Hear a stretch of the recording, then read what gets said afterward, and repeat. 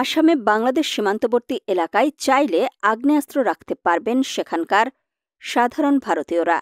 এ সংক্রান্ত লাইসেন্স নীতির অনুমোদন করেছে আসামের ভারতীয় জনতা পার্টির নেতৃত্বাধীন সরকার। অরক্ষিত বা প্রত্যন্ত অঞ্চলে বসবাসরত নাগরিকদের আত্মরক্ষার জন্য এই নতুন ব্যবস্থা অনুমোদন দেওয়া হয়েছে। অসমে শুরু হল নতুন অস্ত্র লাইসেন্স নীতি। বাংলাদেশ সীমান্তবর্তী অরক্ষিত ও সংখ্যালঘু প্রধান অঞ্চলের আদি বাসিন্দারা এবার থেকে আত্মরক্ষার স্বার্থে আগ্নেয়াস্ত্রের লাইসেন্স পেতে পারেন।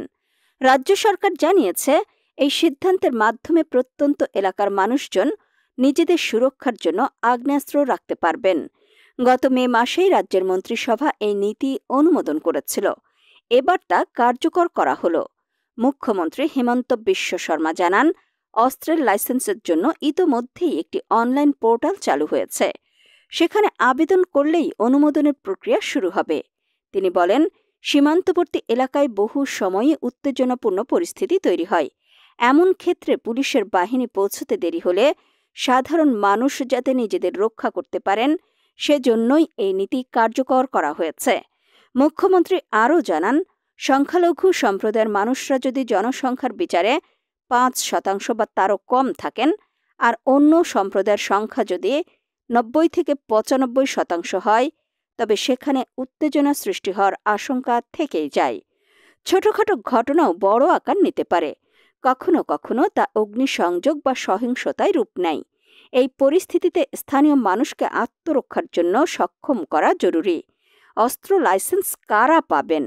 সরকারের তরফে বলা হয়েছে, শুধুমাত্র রাজ্যের ভূমিপুত্ররা এই লাইসেন্সের জন্য আবেদন করতে পারবেন। আবেদনকারীর ন্যূনতম বয়স হতে হবে ২১ বছর। তাকে অরক্ষিত, সংবেদনশীল অথবা প্রত্যন্ত এলাকার বাসিন্দা হতে হবে। পাশাপাশি আবেদনকারীর বিরুদ্ধে কোনো ফৌজদারি মামলা বা অপরাধমূলক রেকর্ড থাকা চলবে না।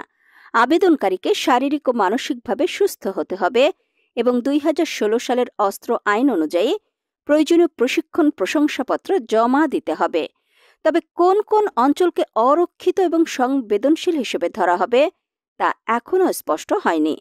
আবেদন প্রক্রিয়ায় এই বিষয়টি পরিষ্কারভাবে উল্লেখ থাকবে বলে জানা গেছে। সরকারের নির্দেশ অনুযায়ী ধুবুরী, নগাঁও, মরিগাঁও, বরপেটা, দক্ষিণ শালমারা ও গোয়ালপাড়া জেলার সীমান্তবর্তী ও সংখ্যালঘু প্রধান অঞ্চলগুলোতে এই প্রকল্প কার্যকর হবে। মে মাসে মন্ত্রিসভার বৈঠকের পর মুখ্যমন্ত্রী জানিয়েছিলেন, সীমান্তবর্তী এলাকায় ভূমিপুত্ররা বাংলাদেশি অনুপ্রবেশকারীদের হুমকির মুখে পড়ছেন। তাদের নিজেদের জমি ও পরিবারকে সুরক্ষিত রাখতে এই বিশেষ লাইসেন্স প্রকল্প চালু করা প্রয়োজন।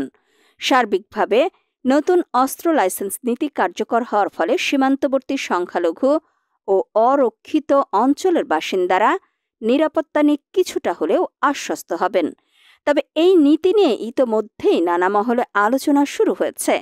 নিরাপত্তা নিশ্চিত করতে এই পদক্ষেপ কতটা কার্যকর হবে, সেটাই এখন দেখার বিষয়।